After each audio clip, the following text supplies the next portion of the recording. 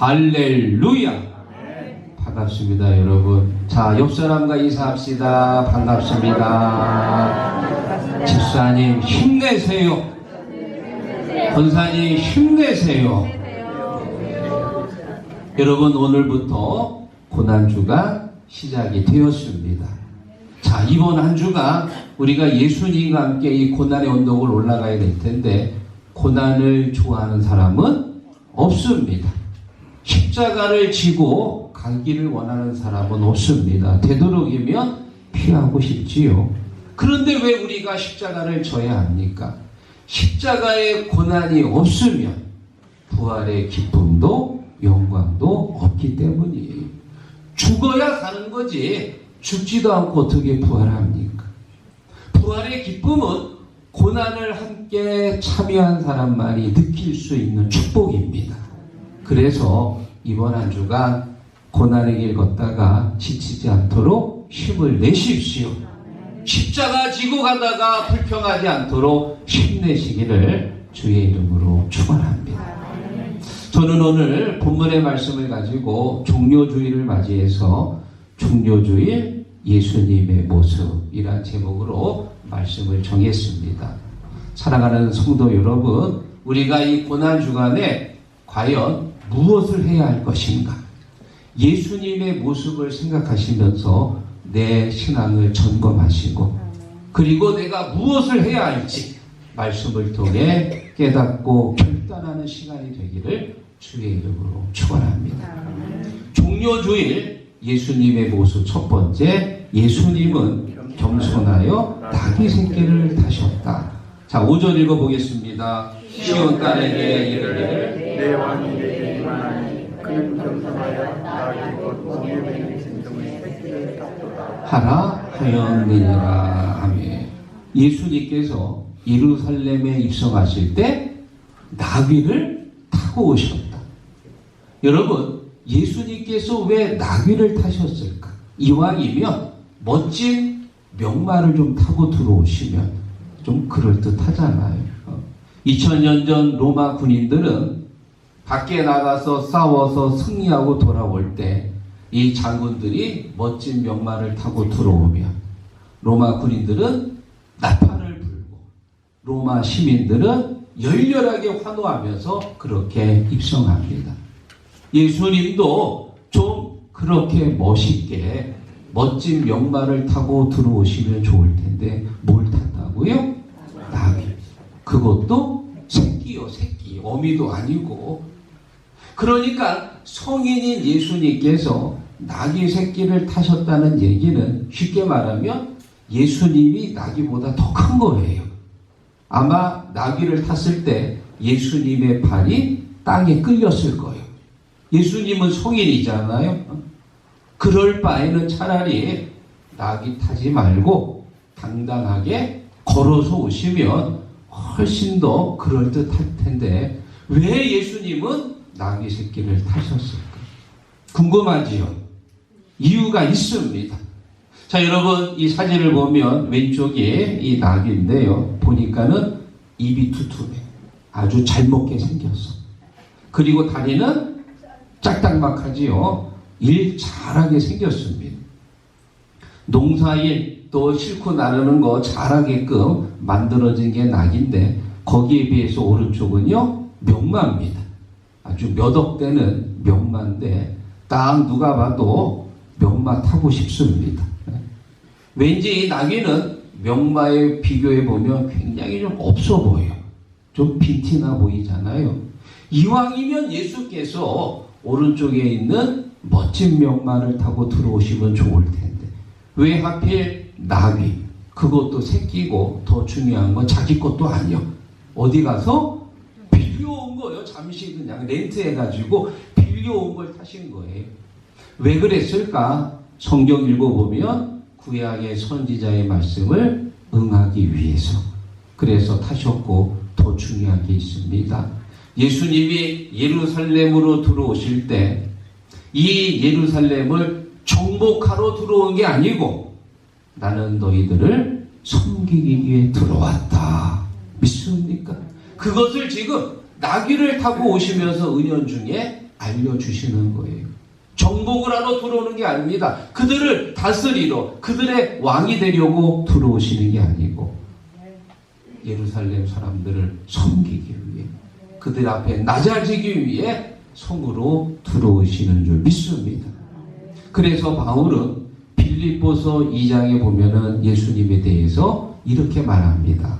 그는 근본 하나님의 본체시나 하나님과 동등됨을 취할 것으로 여기지 아니하시고 오히려 자기를 비워 종의 형체를 가지사 사람들과 같이 되셨고 사람의 모양으로 나타나사 자기를 낮추시고 죽기까지 복종하셨으니 곧 십자가에 죽으시리라.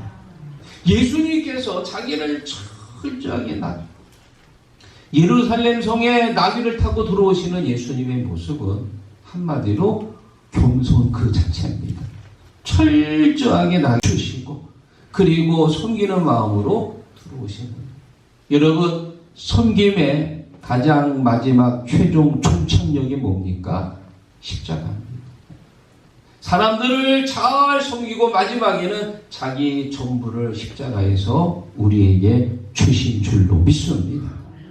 그래서 이 초대교회사 교부 중에 한 분이셨던 성 어거스틴은 이런 말을 했어요. 그리스도인의 첫째 덕목은 겸손이고 둘째도 겸손이고 셋째도 겸손이다. 믿습니까? 우리 신앙인들은 이 고난 주간에 예수님처럼 겸손한 자녀들이 되기를 주의 이름으로 축원합니다. 중국에 4대 성인이 있는데요. 그 중에 한 분이 노자입니다. 맹자, 공자, 노자. 이 노자의 스승이 바로 상종이란 분인데요. 어느 날 스승님이 돌아가신다는 연락을 이 노자가 받았습니다. 그래가지고 스승님의 임종을 보기 위해 이제 뛰어가는데, 임종도 보지만 또 한 가지 이유가 있어요. 돌아가시기 전에 마지막 유언의 말씀을 담기 위해서. 그래가지고 이 노자가 뛰어갔습니다. 이제 스승님이 이제 누워서 마지막 임종의 순간을 맞이하고 있는데, 스승님 돌아가시기 전에 저에게 한마디 가르침을 주십시오. 그러자 이 상동이 눈을 감고 지그시 생각하다가 눈을 뜨고는, 그리고 제자 노자에게 말합니다. 입을 열었어. 내 입안을 보거라. 이가 있느냐? 그러자 노자가 이빨을 보니까는 한 개도 없어. 왜? 다 늙으셔서 이가 다 빠졌거든. 그리고는 다시 입을 열어가지고 묻습니다. 내 입안에 혀가 있느냐? 예, 있습니다. 그러자 이 스승 상종이 말하기를 됐다. 이것이 나의 마지막 가르침이다. 그러자 이 노자가 큰 절을 하고는 스승님 감사합니다. 여러분 지금 이 마지막 상종 스승님의 가르침을 깨달으셨나요? 네, 모르시는 분은 내일 새벽에 꼭 나오시기 바랍니다. 할렐루야. 네.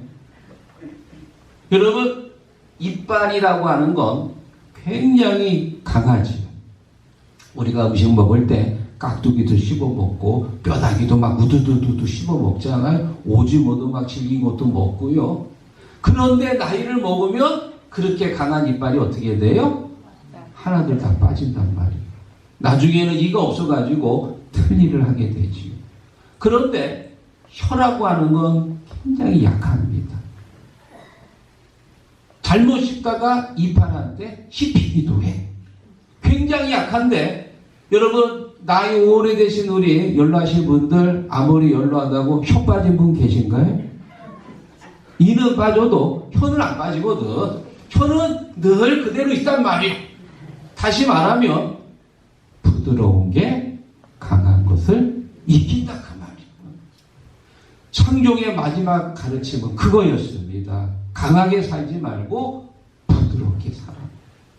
큰 소리 치고 강한 것 같은 사람들 어느 순간 다 부러져요.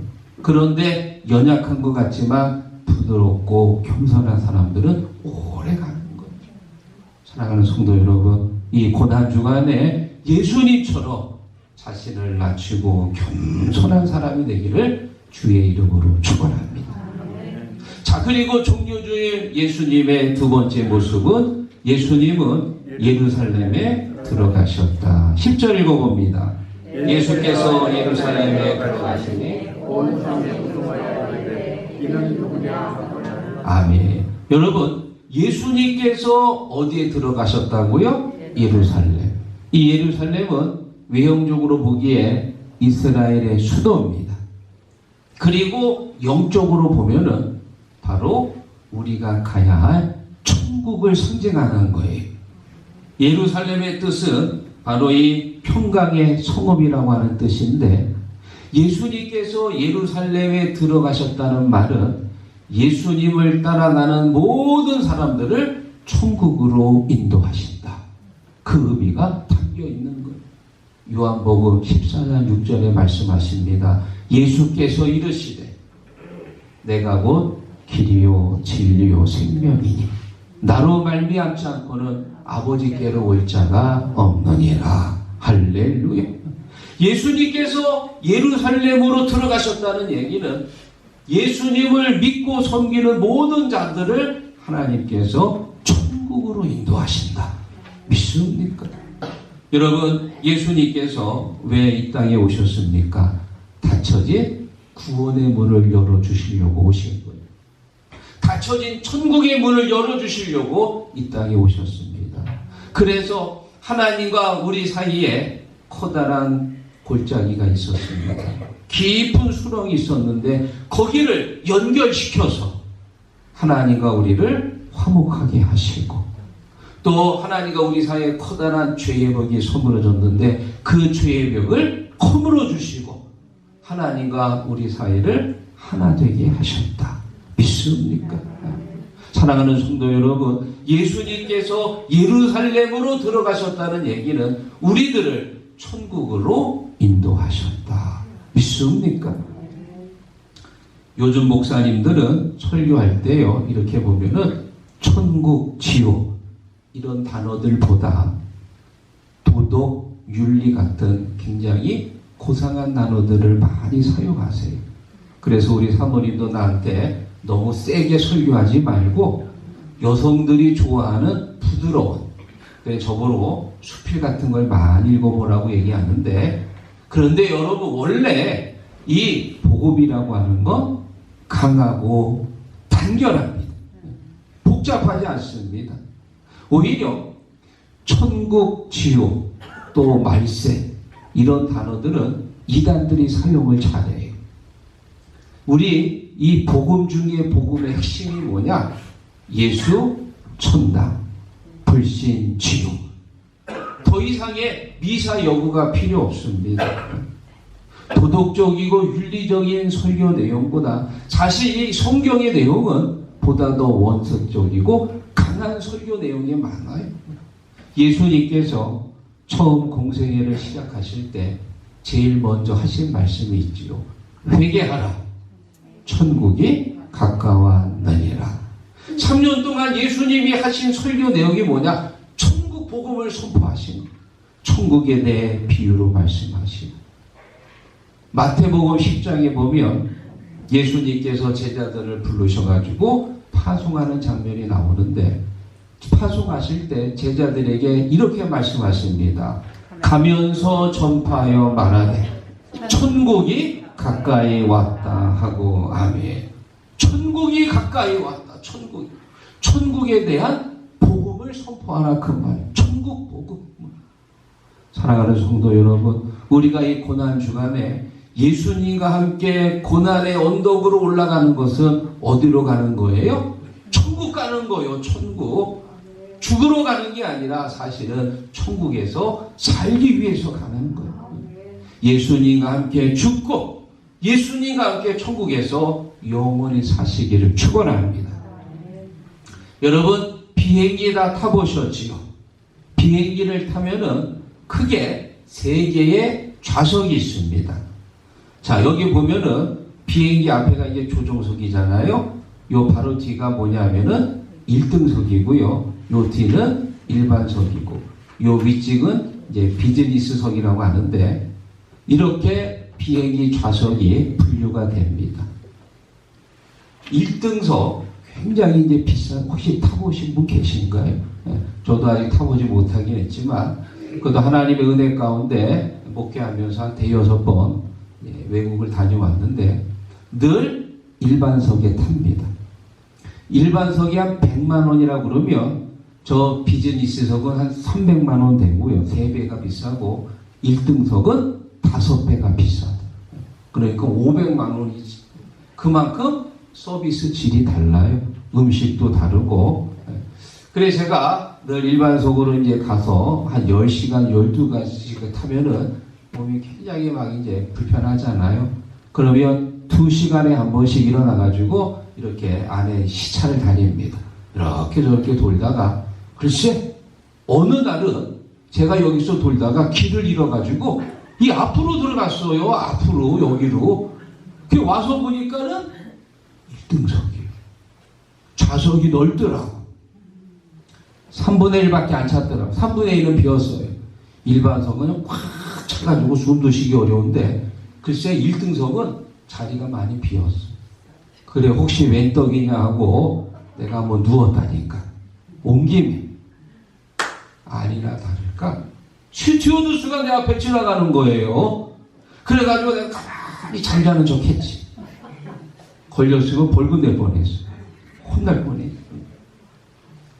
그래 역시 1등석이 다르긴 합니다. 그런데 제게 만약 500만 원을 주고 좌석을 끊으라고 하면 나는 일반석을 끊고 100만 원 끊고 이제 나머지는 우리 성도들 뼈다귀 해장국을 사주고 그리고 나중에 나머지 다 저금한다. 믿으시면 아멘. 자 여러분 이게 중요한 게 아니고 만약에 말입니다. 비행기가 추락을 하면 그러면 1등석에 돈 많이 내고 타신 분들은 일반석보다 훨씬 안전할까요? 아닙니다. 안전하지 않고 오히려 더 위험한데요. 왜냐? 비행기가 주로 앞에서 추락하거든요. 그래서 이 조종석 바로 뒤에 있는 일반 1등석이 훨씬 위험하다는 거예요. 그래서 여러분 이 비행기는 편안하게 가는 것도 중요하지만 더 중요한 게 뭐냐? 안전하게 목적지까지 도착하는 게 중요한 거예요. 그러니까 꼭 일반석에 타세요. 아셨죠? 1등석 타지 마시고 이제 남는 건 이제 이렇게 뼈다귀 해장국으로 좀 대접하시고 가령 어떤 아들이 회장 아들로 태어나서 어릴 때부터 명품으로 도배를 하고 늘 좋은 음식을 먹고 1등석 비행기를 타고 다니고 그렇게 삶을 평생을 호화스럽게 살았는데 천국에 가지 못하고 지옥으로 갔다. 그러면 그의 인생 의미 없는 것. 아무런 의미 없습니다.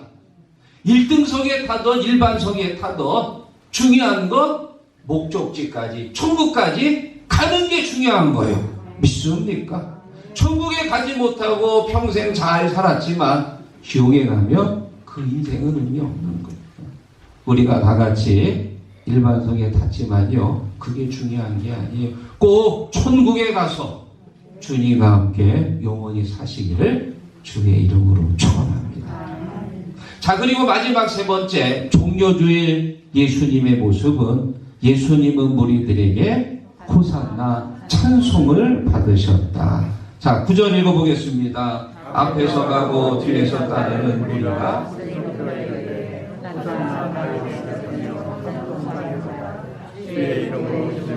가장 높은 곳에서 호산나 하더라. 아멘. 예수님이 입성하실 때 사람들이 다 나와가지고 종려나무 가지를 흔들면서 호산나 호산나 예수님을 환영했습니다. 호산나의 뜻이 뭐라고요? 우리를 구원하소서. 구원. 이 구원이라고 하는 단어는 이스라엘 사람들의 굉장히 신성한 단어예요. 왜냐? 이 사람들은 구약 시대부터 늘 얻어맞고 터지고 뺏기고 나중에는 남의 나라에 포로까지 끌려갑니다. 애굽에서 400년 동안 종살이 하고요. 바벨론에게 망해가지고 또 끌려갔다가 70년 만에 돌아오고요. 지금 예수님 2000년 전 이 시대는 로마에게 지금 지배를 받고 있어요. 다윗 시대 때 그때나 뭐 두 다리 쭉 펴고 편하게 살았지만 그 전이나 그 이후나 맨날 얻어 터지고 현재는 로마에게 지배를 받고 있어요. 참 불쌍한 사람. 이 사람들에게 구원이라고 하는 건 아주 신성하고 특별한 단어입니다. 예수님이 들어오실 때 호산나 호산나, 이게 어떤 의미입니까? 선생님, 우리는 당신이 이 땅에 오실 메시아인 걸 믿습니다. 우리를 좀 구원해 주십시오. 이 로마로부터 우리를 해방시켜 주십시오. 우리는 당신이 메시아인 걸 믿습니다. 이런 의미가 이 안에 담겨 있는 거예요. 그래서 지금 예수님이 입성하실 때 호산나라고 부르는 것은 예수님에게 대한 최고의 존칭이며 최고의 찬사다. 믿습니까? 오늘 우리가 예배를 드릴 때 주님 앞에 우리의 모든 것을 드리는 최고의 예배, 최고의 찬사가 되기를 축원합니다. 그래서 히브리서 13장 15절이 이렇게 말합니다. 그러므로 우리는 예수로 말미암아 하나님께 드리자. 이는 그 이름을 증언하는 입술의 열매니라. 아멘. 항상 찬송의 제사를 하나님께 드리자. 주일 예배건 저녁 예배건 수요일이건 또 금요 속회건 어떤 예배든지 우리가 하나님 앞에 찬양으로 최고의 찬사를 드려야 돼요. 믿습니까? 여러분, 감리교 창시하신 분이 누구지요? 웨슬리 목사님이지요. 그 동생이 바로 오른쪽에 있는 찰스 웨슬리입니다. 존 웨슬리는 15번째 아들이고 찰스는 18번째 아들입니다. 이 웨슬리 목사님은 우리 감리교의 머리 역할을 했고요. 동생 찰스는 가슴 역할을 했다고 그래요. 다시 말하면 존 웨슬리는 말씀을 통해 성도들에게 은혜를 주고요. 찰스는 찬양을 통해서 평생 9,000개의 찬송시를 썼대요. 그 중에 13곡이 지금 우리 찬송가에 수록이 되었는데요. 그래서 찬송가의 아버지 그러면 찰스 웨슬리. 이 찰스가 유명한 말을 합니다. 내게 10,000개의 입이 있을지라도 전능하신 하나님 앞에 찬양하기에는 그 10,000개마저도 부족하다. 만입이 내게 있으면 그 입 다 가지고 내 구주 주신 은혜를 늘 찬송하겠네. 만입이 되게, 만입이라고 하는 건 10,000개의 입이 있어도 전능하신 하나님을 찬양하게 하기에는 부족하다 그 말. 존 칼빈 종교개혁자는 또 이런 말을 했습니다. 찬양은 우리가 하나님 앞에 드릴 수 있는 최고의 헌신이고 모든 믿는 자들의 증거다. 여러분, 우리가 입술로 하나님을 찬양할 수 있다는 게 그게 축복이에요. 특히 우리 할렐루야 찬양대원들은 너무 복된 분들이에요. 왜? 주일마다 하나님 앞에 입술로 하나님을 찬양한다는 게 얼마나 감사한 일이에요. 여러분, 찬양할 수 있는 게 은혜고 축복인 줄로 믿습니다. 이 고난주간에 우리가 하나님을 찬양할 수 있다는 게 그게 은혜예요. 어디로 가든지 무엇을 하든지 항상 찬송의 입술이 되기를 축원합니다. 사랑하는 성도 여러분, 이제 오늘부터 고난주간이 시작이 되었는데요. 이번 한 주간만큼은 꼭 새벽에 좀 나와서 힘들겠지요. 불편하지요. 그럼에도 불구하고 주님과 함께 고난의 길을 걸어가야 됩니다. 그래서 여러분 여기 보세요. No pain, no glory. 고통 없이 영광도 없고 십자가 없이 면류관도 없다.